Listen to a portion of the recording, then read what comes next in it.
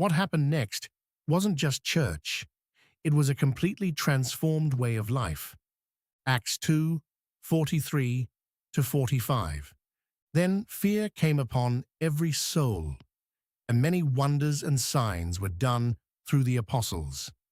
Now all who believed were together, and had all things in common, and sold their possessions and goods, and divided them among all, as anyone had need. The early church wasn't built on routine or empty religion. It was marked by awe, power, unity, and radical generosity. God moved so powerfully that people lived differently. Believers shared their lives, their resources, and even their possessions.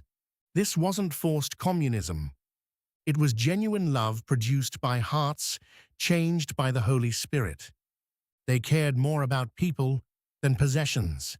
Their faith reshaped how they lived every day.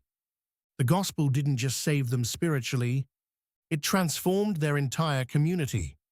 When God truly changes hearts, generosity, unity, and compassion become impossible to ignore. And what happened next made the church grow even more.